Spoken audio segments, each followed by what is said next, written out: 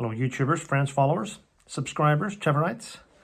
I did promise that I would do a series of videos, uploads, called Confessions, which are true stories based on my time in the military.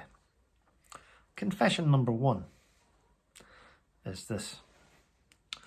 I was once out as a platoon sergeant doing stuff with my guys. I came back, I'd done a tour of Afghanistan, I came back and we were sort of going through decompression back in camp. During the decompression, you're told not to go out and get drunk too much. Soldiers letting off steam. Well, one night I came back into the block. I was living in Z type accommodation, which is basically you have your own shower and toilet in your room. Double bed, you name it. So I was there and I came up to my bunk and I noticed some of the older soldiers. I'll mention them actually, because you know what? If you're going to be authentic, you got to tell them.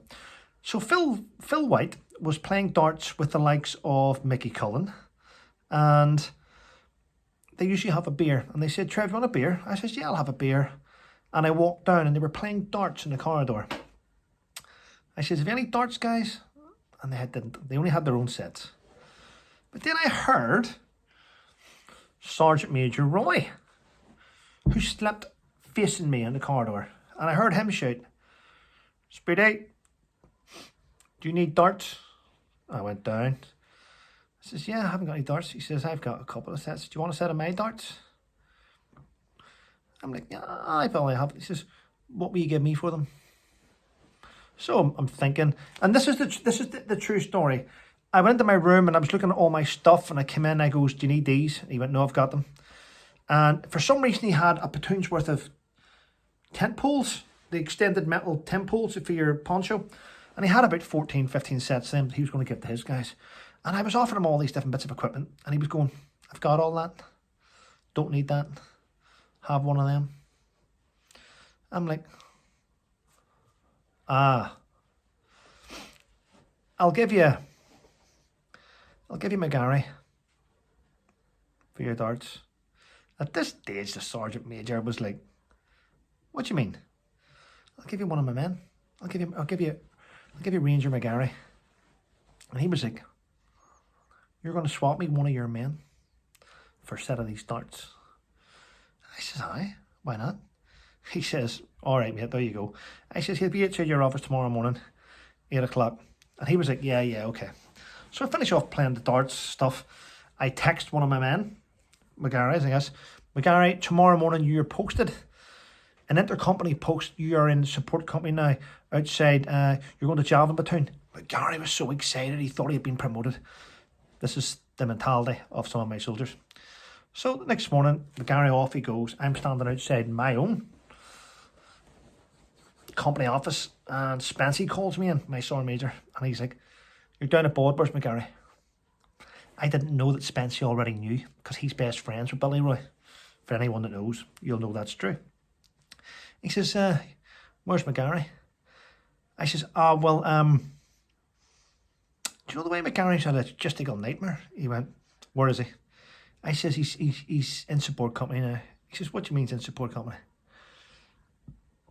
I says, "Spency, I'm sorry, but I swapped him last night for a set of darts off Billy Roy." And Spency just looked at me and he went, "You swapped a grown man for a set of darts?"